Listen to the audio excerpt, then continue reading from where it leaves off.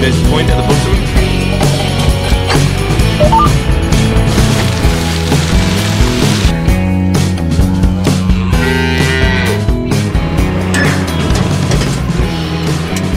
Hi everyone, welcome back to the farm. Today it's the 4th of January. I hope you all had a good Christmas and a good New Year's. So it's the start of a new year now, 2023. There's some good plans for this year, including the new shed, the shepherd's hut, and a few more little bits of machinery for later on this year.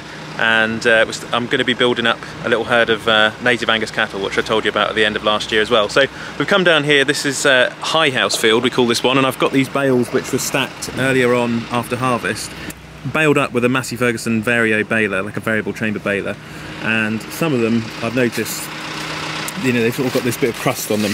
But the reason why we store them outside is because if we stored all of our straw bales indoors and they went on fire for whatever reason, as is the case with some of these stacks nowadays, at least you've got some stored around the rest of the farm which are safer, if that makes sense. So we'll be using these bales for bedding, as we do every year, and I'll put you guys down there.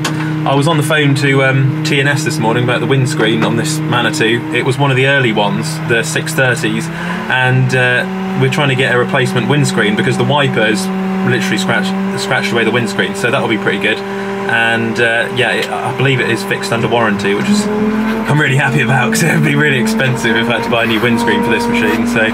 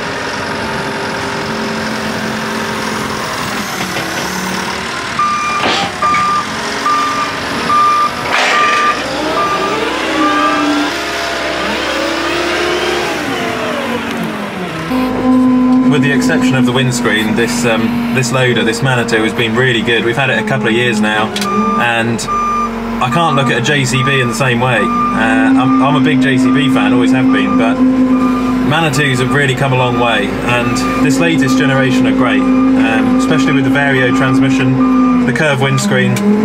They've rectified the windscreen wiper problem now. There's like a revised windscreen wiper.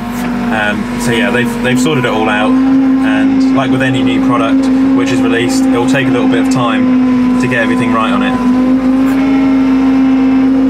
And we've even overridden all the lift sensors on it now, so none of the lift sensors go off. It's really well behaved, hydraulics are smooth. Yeah, brilliant bit of kit. For a lot of people it takes a while to get used to the Manitou's JSM joystick, but once you've been driving it for 6 months, you just get used to it, and it becomes an extension of your arm, if you like. I get on really well with these buttons here. You've obviously got boom out, auxiliary control, and then forwards and backwards, so everything's at your fingertips, which is brilliant when you're working all day on the same job. And what we're going to be looking at now at the start of this year is the Gator. We're getting rid of it, the John Deere Gator, that's going, and this weekend I've got something which I've been after for a long time. It's coming out on demo, and it's going to be a diesel farm vehicle for checking the cattle and the sheep in the summer, and like I say, I've been after one for a long time. So it's going to be interesting to compare it to previous farm buggies which I've had. I hope you guys like it. I won't tell you what it is just yet, I'll keep you in the dark. But this Friday, the Saturday, I've got it for the full weekend. I'm hoping it's going to be a really good farm buggy. Two of my favourite buggies was the Can-Am and the Honda Pioneer. Brilliant buggies. The only big problem was that they were petrol, and I cannot stress to you how expensive petrol is as a farmer when you're checking cattle, you're using them all the time, and it's so inconvenient when you're using a farm buggy and you're having to go to the petrol station all the time. It's just not something you need. So this current one, it runs on diesel, and they can actually run on the farm's red diesel if you're using it for farm work, which is, as a farmer, I cannot stress to you how important that is. So 40 miles an hour this buggy apparently does, considering it's diesel. It could be a game changer, to be honest. It could be my new favourite farm buggy. My little trailer's full, so I'll take that back to the yard.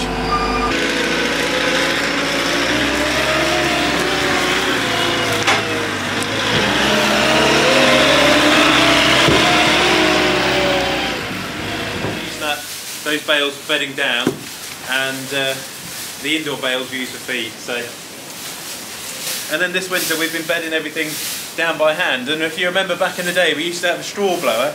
And after I made a video earlier on in the year talking about it, we are sorting out a replacement straw blower, so we're going to be able to bed everything down with a machine from the Manitou, which will be quite exciting. So this year it really is, with equipment and with the farm and livestock numbers, it's really go big or go home. But the problem is, with cattle, they take up so much feed, especially continental cattle, that it's making me question continental beef cattle. So we're going to be changing to more native breeds, which is going to be the Aberdeen Angus.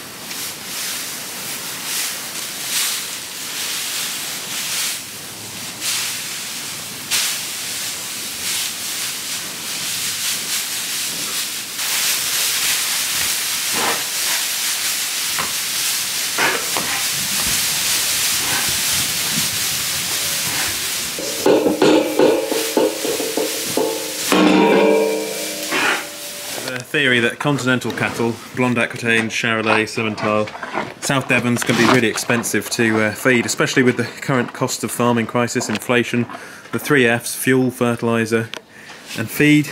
And one thing about these native Anguses is they can do well off poor grazing, off poor land. If you've got cheap food, you can fatten and finish some of these native Anguses at literally 18 months, so it's not bad. Another good thing as well is that with this being the start of the year, we've got Lamma coming up, which is literally January the 10th, I believe. So if you're going to Lamma, I'll meet you there, and I've got a couple of things we're going to look at. Maybe look at the Pottinger Novacat mowers, and we'll have a look at some other stuff at the show. So really looking forward to that. I hope you enjoyed today's video. Stay positive. 2023 is going to look like a really good year. Keep positive. Keep liking, keep subscribing, all of that good stuff, and we'll be building that shed later on in the year. We've got the shepherd's hut, the new tractor, the 7530 to restore. We've got to find one first, so send me some links if you find a nice 7530 with reasonable hours, and then towards the end of this week we've got that lovely farm buggy coming. So with that, I'll catch you in the next one. Click here to subscribe to the channel, and click here to watch another Olly's Farm video.